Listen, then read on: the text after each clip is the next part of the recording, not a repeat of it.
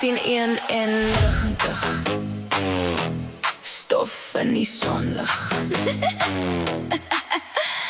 Pelgrimsrus wakker, maar sy hart voel nog leeg. Met 'n pyp in sy hand en die bye alom hom, het hy geweet hierdie dorp hou hom nie meer terug nie. Hy sê, ek soek die stilte waar die wind nog praat, waar die maan oor die berge soos 'n lantern waak, en die osse trap stadig deur die môrestof, terwyl die wêreld agter hom in stilte verdwyn.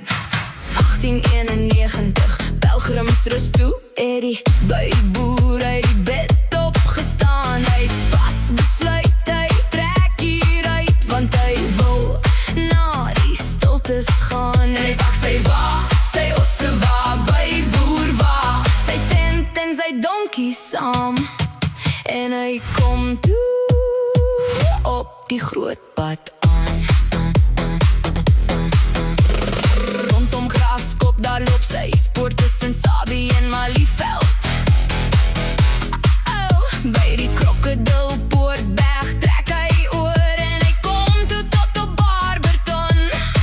Die wiele rol, sy osse wa, buitboer wa, die kakebeen en buitboer wa, kan die swaar vrag net dra.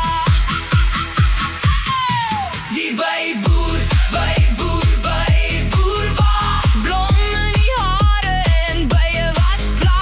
Sy osse wa, buitboer wa, blom in die hare en bye wat pla. By die vuur in die nag hoor hy jakkalse huil, en die wiele sing stadig oor die klippe en grys, met die Lebombo's en skaries wat oor sy wa kom lê. Het hy net vir die sterre iets van huis kom sê. Die bye bly dans om die blomkranse se geur, maar die lang pad maak stadig gou wonde weer seer, en hy kyk na die rook wat verdwyn in die lug, want party paie vat 'n man, maar bring hom nooit terug nie. 1893 span hy uit en maak 'n hartbeer sy sien staan.